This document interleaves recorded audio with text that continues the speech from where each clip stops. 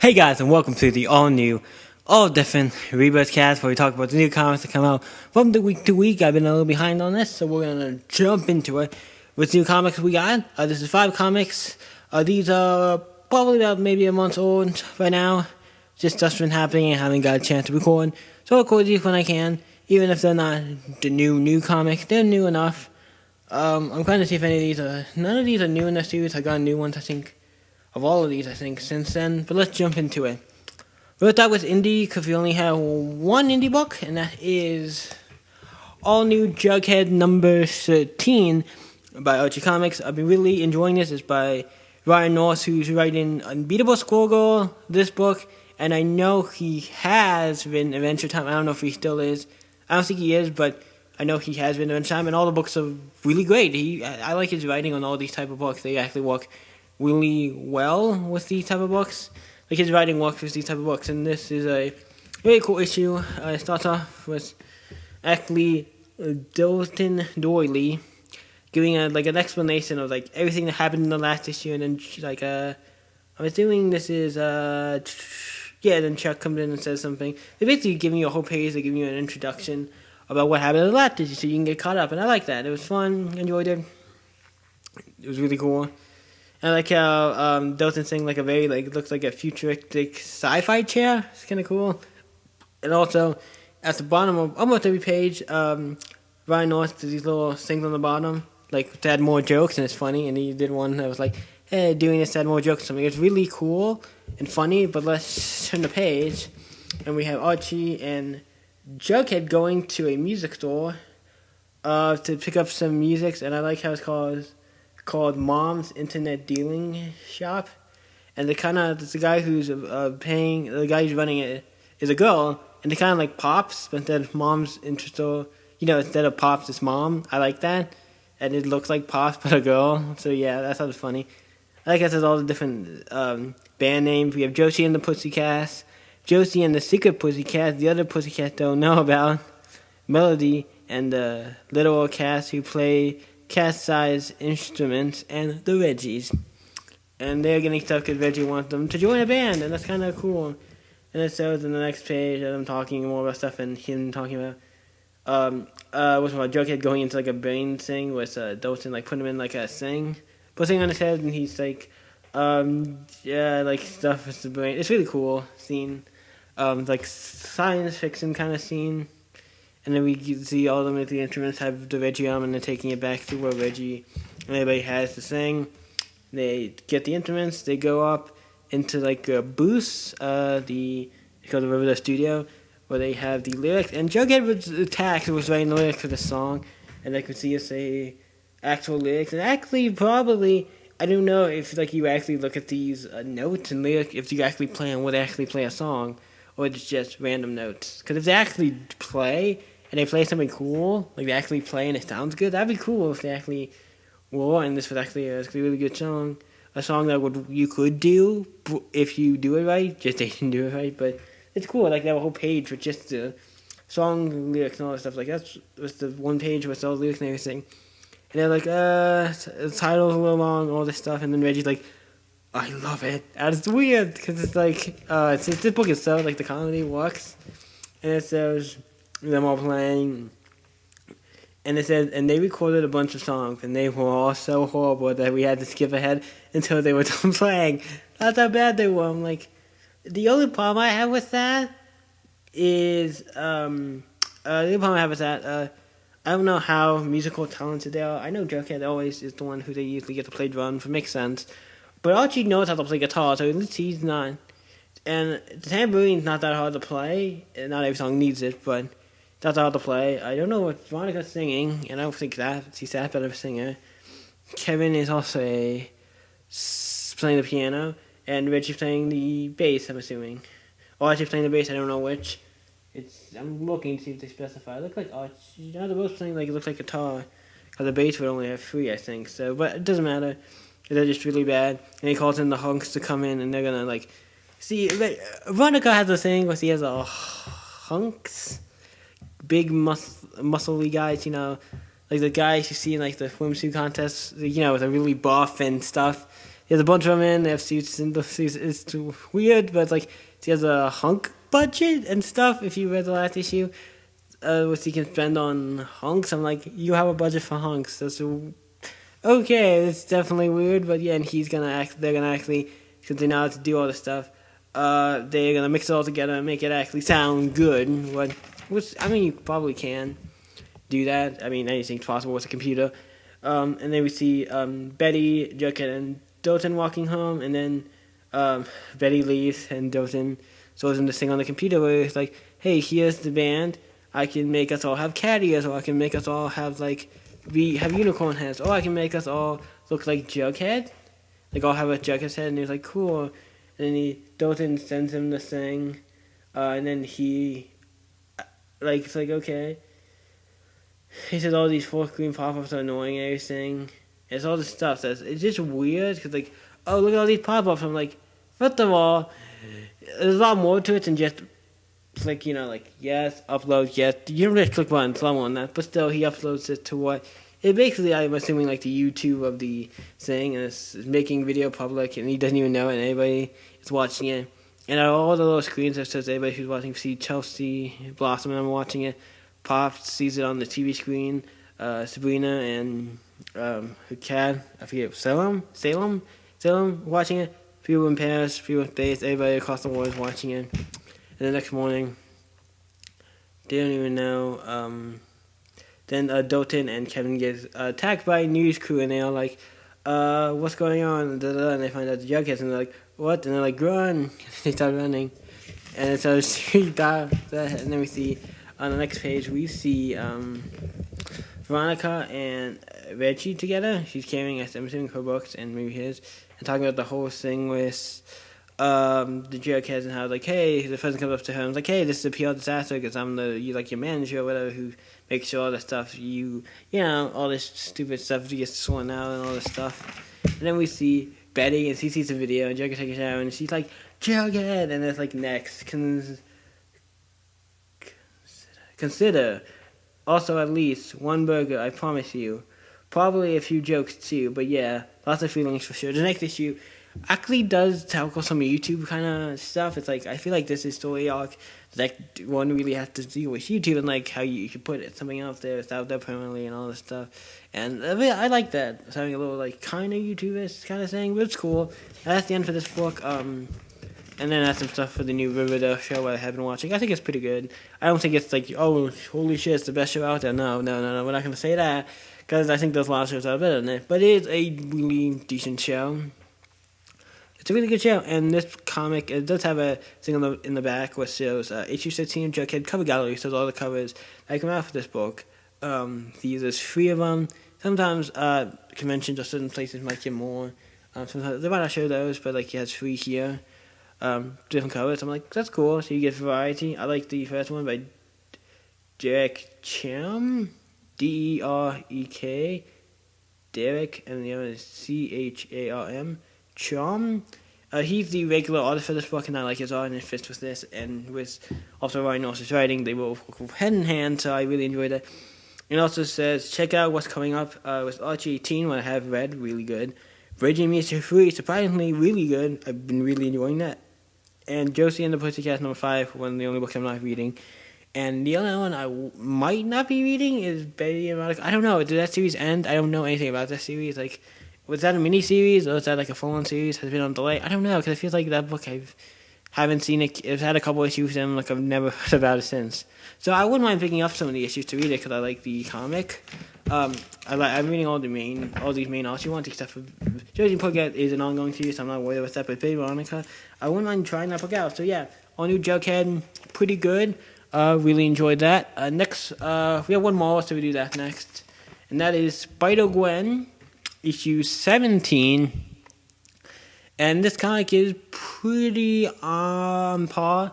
It's a really good book. This one it's a crossover with Spider-Man. Not just any Spider-Man, it's Miles Morales Spider-Man from the Ultimate Universe, who is now in the mainstream Marvel Universe. If you don't know anything about that, that's all to do with Secret Wars and stuff. I'm not going to get into it, because that could be a whole podcast explaining that. And I've not read all of Secret Wars. I've read an issue or two, so I'm not. and a lot of the crossovers and tie-ins. So I don't know it 100% like other people do, but they did a crossover, a couple issues with Spider-Man, Miles Morales Spider-Man, and his series is just called Spider-Man. It's about Miles Morales, and then we got Spider-Gwen that did a crossover in each of their books. Like part 1 would be in one book, then part 2 would be in the next one. It is, I think it's 6 parts to my knowledge. Let me just check. What one's this one? I need to check which one this one is again. I think this one will, yeah. It'd be a 6-part series, 6-part mini story arc. It's cool. It's called Sitting in a Tree. I'm going to open this up. And I have not read any of these Spider-Man crossovers. If I find them cheap or something, I might get them. But I'm not that worried about it. I'm going to open up, like every issue opens up with a previously on the, next issue. There's a whole little thing about what's happened in the last, let's see, the last couple issues. That's cool. Really enjoyed that. We start off with the universe formerly known as 616. That is the main Marvel universe, 616. And so Spider-Man, actual regular Spider-Man with the spider with the glowing thing, Peter Parker Spider-Man, I think. And he is attacking it and he's stopping these goons. And then Spider-Man, and the portal opens up and Spider-Gwen and Spider-Man get here. And they have to stop these guys, and then they find out, oh, look, they're already tied up and all beat up and everything. And he finds out, oh, look, it's Spider-Man. So they find out it's Peter Parker Spider-Man. And then they realize, they look and find out it's a bunch of batteries. They're going to steal for something. I'm not remembering. It's hard to remember some of this stuff because I haven't read this in a while. I usually have the comic books. I look through the comic books and kind of like to jog my memory while I'm doing the review. So I kind of like, okay, this is what happened. Because if I do them off the cuff, I have no idea. I read so many comic books. It's like it can get confusing. So they have these. It seems like they're trying to steal these thugs. Are going to steal a bunch of batteries, and then it looks like what's we call it? And yep, they all just escaped. The thing came in, grabbed them, they all escaped. They know where the battery's on, so they rush off. Spider-Gwen and Spider-Man. It's weird because there's Spider-Man and the Spider-Man, so it's like Spider-Gwen and Miles Morales go off. I'll say that to make it easier so I don't get confused. And they get some food, because they're hungry and stuff. I guess because when you're fighting crime, you get hungry. They eat. They're normal people. They eat, and it's just them talking about stuff and kind of what the plan of attack is. And then we see the evil. Marvel's dad is evil in this universe. That's what it seems like in the Spider-Gwen universe. Miles Morales' dad is evil. I'm like, okay, not against that. It kind of makes a cool dynamic because he's looking for his father and he finds him and then, oh, he's evil and he's not the right one. And it's like, oh, you guys didn't complete your mission, do it again, and it shoves him back in there. I'm like, yeah. And I see him talking more about stuff. Talking more about stuff and them figuring out what to do, and then Getsu shows up, and that is Miss Marvel. Kamala Khan, right? Kamala Khan? Is it Kamala Khan? I think it's Kamala Khan. I feel like it's not Captain Marvel. Kamala Khan, Miss Marvel shows up, who has the power to, she can stretch. Basically, I would say similar to Miss Fantastic, because all I've seen her be able to do is stretch. So she kind of takes over Miss Fantastic since he's not around right now. But, yes, he's also, he's a cool character to appear in this book. I'm like, oh, I wasn't expecting that. That's kind of cool. And I don't know much about her. She's one of the characters, I know who she is. I know stuff about her, but I don't know, really anything about her. I know, a little bit about her, but just the basics. Her name, I can tell her costume, kind of what her powers are. I'm not 100%, but it's cool to see her. Oh, they're talking about, stuff. And Spider-Gwen and her start talking about stuff. And Spider-Man comes up and it's we need to go and take care of this. So they go, Spider-Man and Spider-Gwen, or Miles Morales go, and they find the guys, and then they start getting ready to attack, and Kamala Khan comes in and starts helping them take out the Silk guys. It's really cool, and then they get into a fight, and then the portal appears, and some of them, or at least some of the batteries, some of the guys leave, and they got one of the other ones, and then Miles Morales went with one of the guys. He was on top of one of the guys, and they just disappeared. As the portal went out, and then another portal opens up, and because Gwen has a thing that can open the portal, So he jumps in it and goes to look for Miles Morales Spider-Man, and it was to be continued in Spider-Man number 14, and that's where this book ends. And there's a brief romancing. At the end of each issue, almost every issue of this, it ends with a character fight on somebody. This one has Miss Marvel, Kamala Khan. Yes, I got it right, Kamala Khan. So that's really cool, and it gives all the the information, stuff about her, and it's just like a first appearance. What was in Captain Marvel, Volume 7, Issue 14. It's cool. And it says the next Spider-Man, Issue 14, instead of Spider-Man, and Spider-Man, like, wedding outfits and stuff, because that is kind of like what... Oh, no, if they were actually together or something, it's weird, but when you go kind of across the multiverse and going to different dimensions and different versions of yours, you might see stuff like that. Yeah, but all in all, I'm going to say this book was not bad. I feel like I've been reading only the Spider-Gwen crossovers, issues of this crossover, just because money-wise I can't afford the rest of them, and I'm like, they don't look too significant. The fifth issue does not seem that important to, like, oh, you need to read that. But still, this book is good. The one across, it probably would be better if I read the other ones, but I'm not complaining. The book is still good. I understand what's going on, even though I'm missing some stuff. It's really good. I enjoy it. Spider-Gwen number 17. Not a bad book, but one I probably wouldn't, like, I wouldn't pick up in the middle of a story arc like that. That's part 4. I would probably stop at part 1 and just, or if you want to just do the Spider-Gwen stuff, or whatever, you know what I mean? I wouldn't just jump into that book, because it's very, you need to, same with Jughead, I think. That one's kind of like, you could jump into that one a little easier, because I feel like even though there is an issue before that kind of starts the story, you can jump in and it kind of gives you, like, oh, this is everything what happens, you can kind of go along and you understand what's going on. We have 3 more comics to go through, so we'll do this one next. Next, we have 3 DC comics. Next is The Hellblazer, issue number 7, The Smokeless File, Part 1. This is a cool comic. If anyone knows, I'm a big Hellblazer fan, and of the DC, like Justice League Dog, Hellblazer, all that kind of stuff. The more, like, Child Changing Girl, Doom Patrol, all this stuff, I really like that. That was really cool. It says them just getting off because they were on a train, and them getting off, and they have to go and look for somebody. It said The Smokeless File, Part 1, and then it has some, like, backstory and some stuff about this guy who has all these guys, like, he's going on an expedition to look for something, I guess. Find something and stuff, and I don't know too much. I'm just really, without reading it, some of this is hard to read. I don't want to just read it, but yeah, so it's this guy out in the desert, I guess, doing some backstory for something. This guy who's stuck with these other guys, and, like, they're trying, I guess, to find something or look for something. They're on an expedition. They go back to John and this girl going to this guy going to meet this guy at his house. And then we see this other thing. Meanwhile, on the other side of Paris, we have this other guy who has this little girl who seems familiar. I can't tell if this... I see a little girl here and all this stuff, and I don't know if this is the guy. It reminds me of the guy like this earlier in the continuity before. I don't know if it's the same character or different, but him, like, hey, I have a gun. Kind of like forcing this guy to do stuff, I'm assuming. Not 100% sure. But they're all going to the same place to get all these on these bikes and stuff. And then they go to meet Constantine. And they go to try to stop him, like, run out of the way. And then they're like, they guys like, get out of the way. Are you okay? And all this stuff. And like, why are you? And like, hey, I know where they're going. Like, they're going to the exact same place we're going. And Mercy gets it, and she runs off, and they go. And the guy is not dead, is he? No, he's not dead. He's about to shoot him and stuff. And then the one guy's like, it's kind of like debating maybe we should just leave and stuff. Like, he's not really 100% sure on that, on the whole thing. And Constantine and then try to go in to save this guy because the guy they came to see.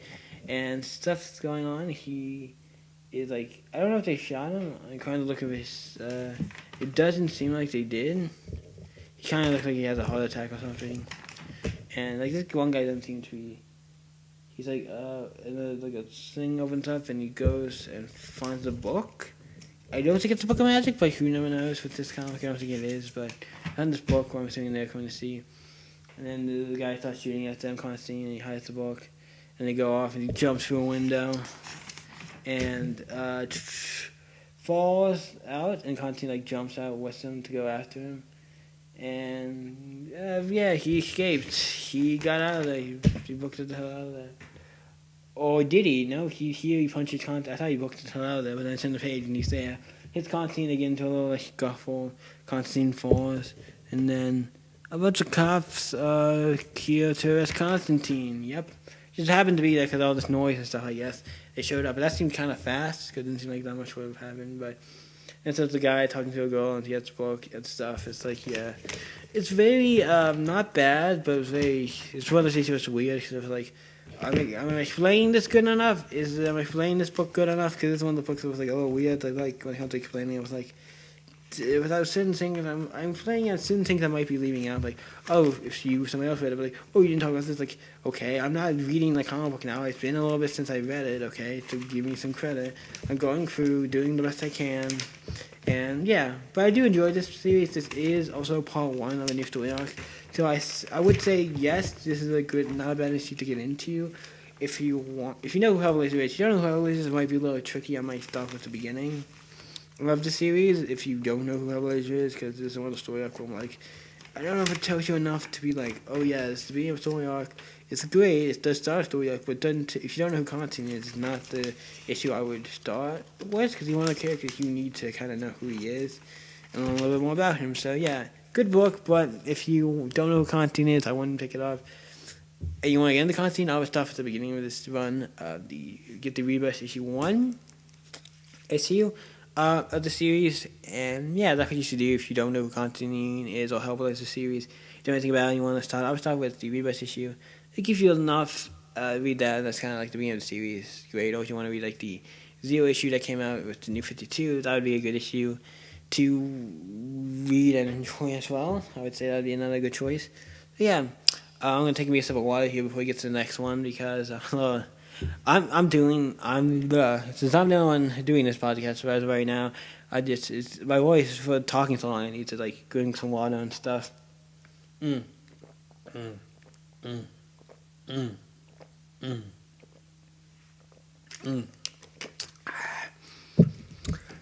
was good. Not gonna edit that out, but because usually when I do this for a long enough time, my voice starts like usually I film other videos, and if I film them for a long time, like pick up videos and stuff, because I usually film like 5 or 6 or more in a row, my voice starts to kind of go a little or something, like I need a drink of water or something to calm down, make it better, easier. Can I start coughing and stuff if I just talk for long periods of time without drinking some water or something? So, yeah. But we're not here to talk about me needing to drink water because I'm doing this. Let's see. Okay, well, 22 minutes, not too bad. If it's over half an hour, I'll be good. And if I have 2 more comics, and I'm pretty sure we're going to make it past that. So next we have Suicide Squad numbers 12. This is another DC comic. Burning down the house is what this arc is called. And on the front it says Suicide Squad, who killed Amanda Waller. And I'm not going to spoil it. I know what happens. This story has ended by now. Because this book does come out twice a month, so I have read the next 2 issues, so I know. As the story again, I'm not going to spoil it. I will spoil this issue, though. Because, like I said, this has been a while. So it's been out a while. So if you're reading Suicide Squad, you probably know what's going on.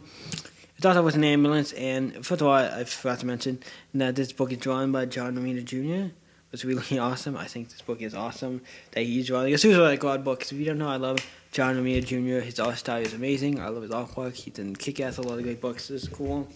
I thought that was Amanda Waller, being in the, she was shot, so she was taken to the hospital. And then we see Rasputin breaking people out of jail, causing all this trouble. And then he swings his sword and opens the portal, and he goes back to where he is, goes back to his hideout or whatever. And he sends out this guy who's can go into machines and stuff. He's one of his teammates, because the Suicide Squad goes running to the house. This is part 2 of the story arc. That was left behind. So it's all of them going through a digital kind of thing, because Hack is making them all go through a digital thing, and Kay talked about the puke and stuff and all this stuff. And then the other guy, it's a digital guy who I just talked about, comes in. He's talking to the the one member, the leader now of the Suicide Squad, since Amanda Waller is gone. And then this other guy comes in, the Dijin. Wait, Dijin is D-J-I, and then is that the same thing from the Hellblazer book, like the Dijin, like the Dijin?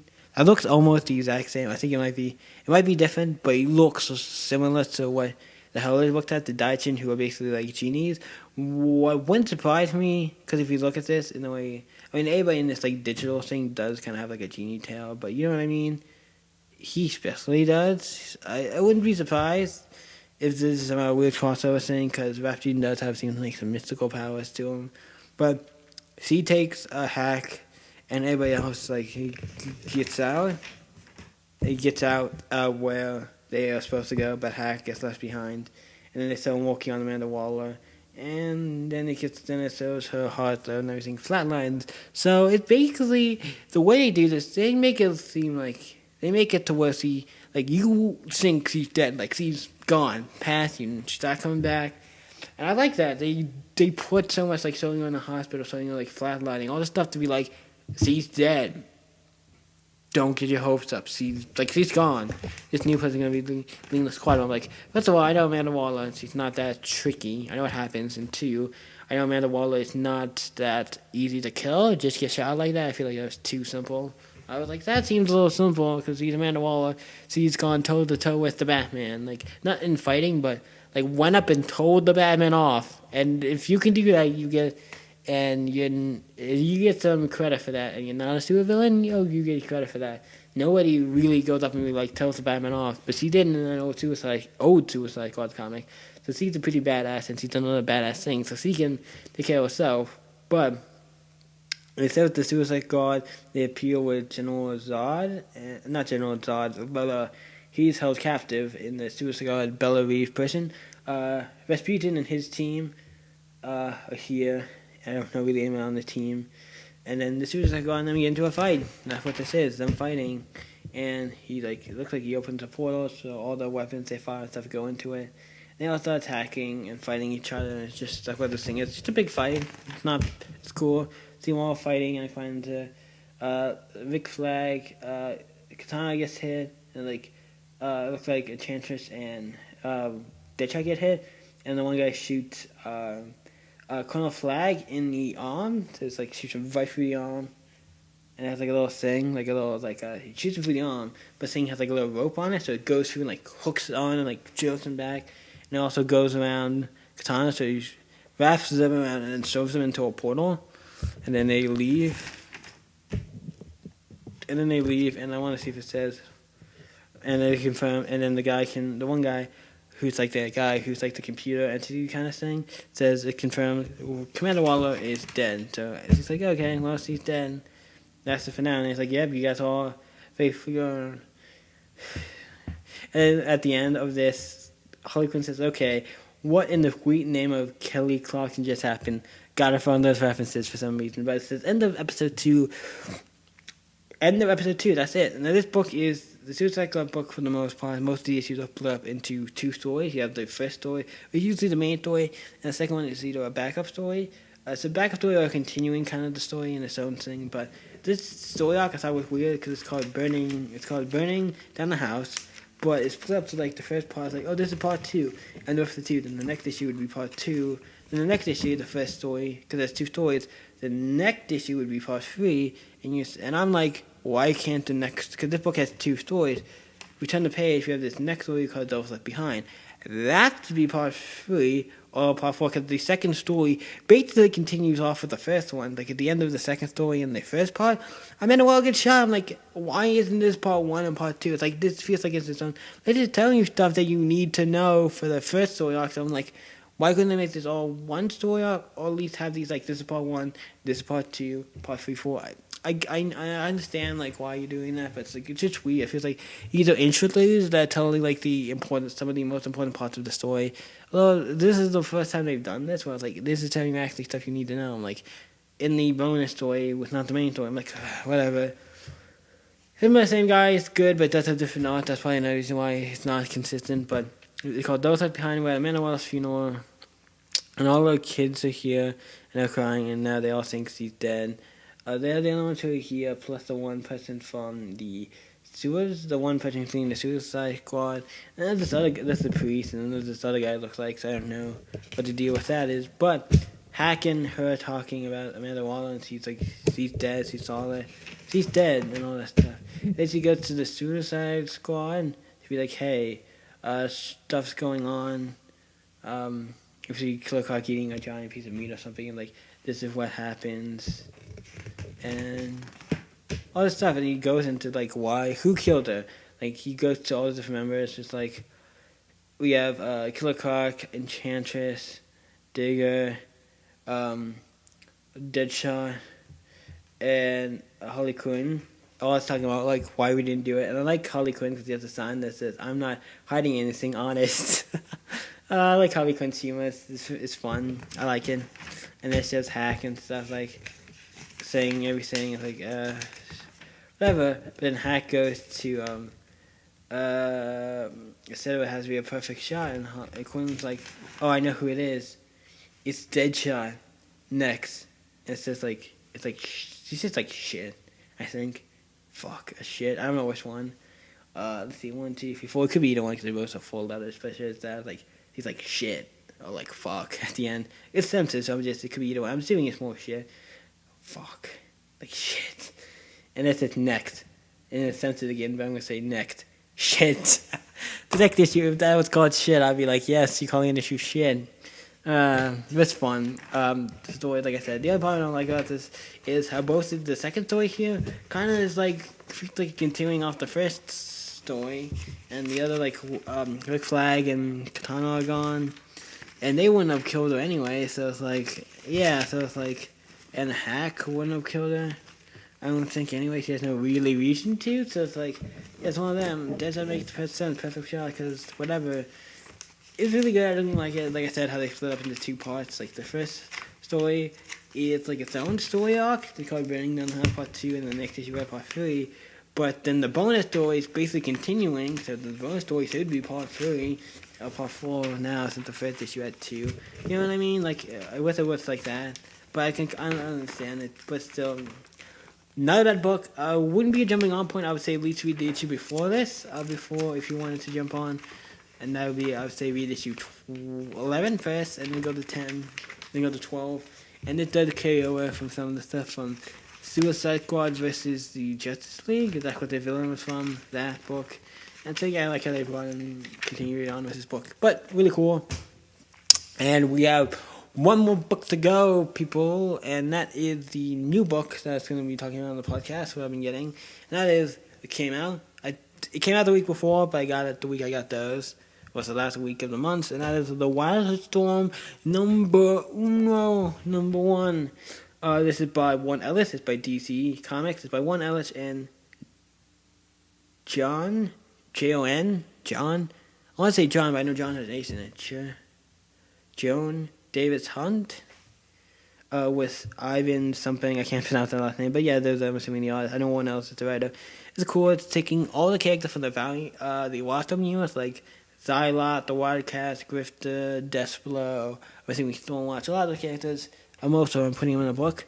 I don't know if Midnighter and Apollo are part of that, or it's a part of the DC universe, because they seem to be, they had a comic in DC, so I don't know what the deal with them are, but I think they were Wildstorm characters too. But I think it's going to be a fun book. It's a fun book. It's by Warren Ellis. It's great. It's a very Team Plus book, so it's and on the top it has a numbering. It has number 1 with a little red thing on it. If you see in the video, you see a picture of the comic. And it has 2, 3, 4, 5, and it goes all the way up to 24. Don't know if there's only 24 issues. If it is, fine. I'll be fine. A 24 issue contained giant series like this. I think it'd be really cool. I'm excited to read this, to look into this book, so let's jump in. It starts off with Starlight, and he has blood. Of course, he has a little dot on her head and the 2 lines on her face like she does. I think it was a cool little touch. That's blood from killing a guy, who we can see as she starts cleaning up herself. I had 1, 2, 3, 4, 1, 2, 3, 4, 5, 6, 7, 8 fingers, so not a normal person. Doesn't mean he's a bad guy, he's just having 8 fingers, but hey, you had 8 fingers, you're gonna die. Probably there was a reason for that stuff, and then the cleanup crew comes, because he probably was saying, it's called the Wildstorm Chapter 1, and the cleanup crew comes in and to take care of cleaning it up and stuff, as he's talking to whoever he works for. And then this new girl, who I think is Voodoo, I'm not 100% sure because I don't know.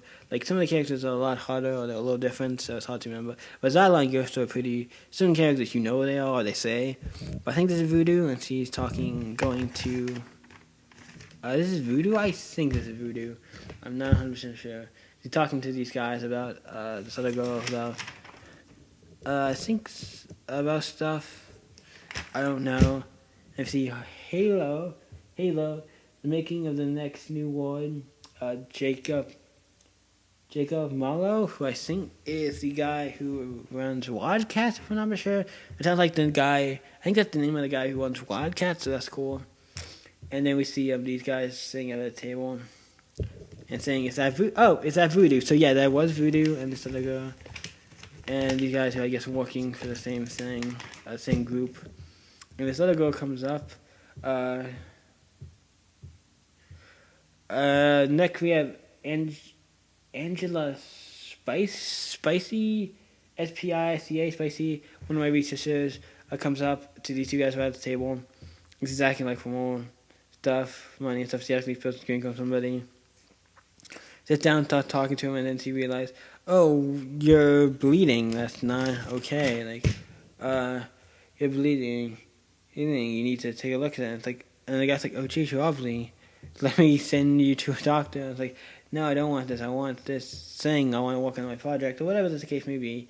I just want to make us all safe. I want to bring the future on. He wants to do like, "Oh, I have this plan, this thing. I want to do it," and then like, "No, we can't do it. It's having some problems," and she goes off.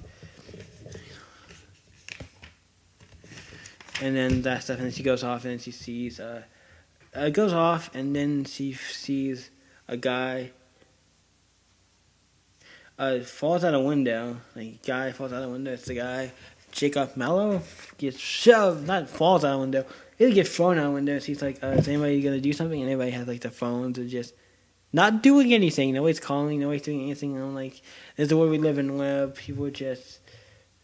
It's like, hey, this guy's gonna fall and die. It's like, first of all, what are you gonna do? Somebody's falling. You're not gonna catch him. You're not gonna. You would have to be quick as shit. If you're the Flash or somebody, a superhero, yes. But normal people are like, what are we gonna do? We can call the cops, yeah. But by the time they get here, he'll already be flat on the ground, dead, way before they get here. So it's like there's nothing really you can do, I guess, in a situation like this. Because if he does, somebody gets fallen out, like, you're not gonna catch him unless you see you're a jumper or somebody like he's gonna fall, like a jumper or somebody who like he's gonna jump and been up there a while. Then you can prepare and do stuff. But it's like it's just randomly a guy gets thrown out a window. You can't really prepare unless you're a superhero. But she starts to get mad, and then she starts like to get a little cut, and then you see like all this like kind of like glass or robotic stuff. I don't know. I think it's like glass. I'm not sure what it is. Because I don't know much about this character there.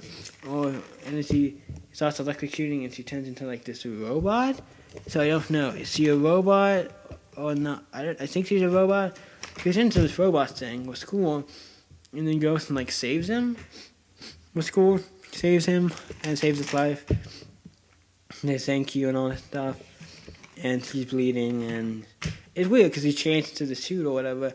But he's still bleeding. So that's something nice to know. And he's okay, and he's like, "Hey, we need to talk." And then we see on the news, my nose feels a little weird. We see on the news all these things about her changing and all this stuff, and him saying like, "Hey, the girl saved my life" and everything. But then we go back to the secret base, and we have this guy who is named Deathblow, who he was part of Team 7. What Grifter and then we're part of, so that might be what this is. This is the guy who, if I want to make sure, we're going to take a quick check back. Was he the guy that was at the table? Yep, but he was the guy who was at the table talking with the girl who changed to the robot who saved Jacob Malu and stuff. That was cool, and then it shows what happened, because this guy here, the black guy Deathblow, was going to kill him, but then he comes in the room. He comes in the room to, try to kill him or capture him or whatever, and the thing blows up. Because he was walking on something, and then the thing blows up, and he gets thrown back, hits the wall, and he goes out the window, and she saves him, and that's basically what happens.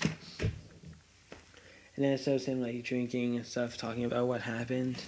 And it shows, that's what we get from his perspective, the black guy, but then we see through the Jacob Malefex, and that he had a thing. He was coming in to do something, and he has this little thing that came out of his hand. It was a gun or something, and when he put his hand over it, it seemed like it disintegrated or something. And then he grabs him and did something, and like explodes, and something happened, and that's how they got flown back. He can talk to this other girl who, I forget her name, I think if I know who she is. He's that one girl in the Wildcats who's like all silver or whatever. I'm thinking that's who this is because he's wearing just all like a white kind of outfit and making him way more human. He was, yeah. If we know Jacob Malu, him, Zala, and this other girl, I think, and Spot, like a lot of the characters were from this other planet. So I'm excited to see if they throw that kind of shit into it. Like, oh, they're from another planet actually, and they're not actually from our system, drinking it. About stuff and finding about this girl. Then we see Deathblow here. He gets up and like, yeah, what we think then? Then he starts bleeding from his nose and he just immediately falls. And I said, make it achieve how is that you get him to the messages and have to get to analytics, whatever. So he just passes out for some reason that we don't 100% know why. Don't know why he does that. I don't know if that guy has powers or what the deal is, but he goes to like the little guy and they see who the skull is, and he says, "Hey, that's Angela Face. That's one of the people who see." Well, 15 minutes ago, before that happened, it's like she's one of us. She's IO. Good God, I really thought I was going to take a nice, quiet day. Running the world really shouldn't be this hard. And to be continued, this is a book that was, I think, the hardest to explain. For me, like reading it, I understood it fine and perfectly well. But when it comes to going back through this, like I don't know every character from Wildstorm. I can't be like, oh, I have my Wildstorm buff. I know everything. And also, if you hear that, there is a a dump truck to go through my neighborhood and pick up all the grass. I don't know if that's gonna appear on the microphone. They're very loud, so if you do hear it, that's what that is. It's an American dump truck. Can you leave so I can finish this podcast about me talking about the cool comics that come out? Okay.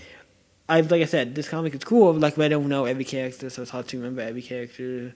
Especially for the ones I'm not too familiar on in general already, so it's hard to remember them. And I haven't read this in a while.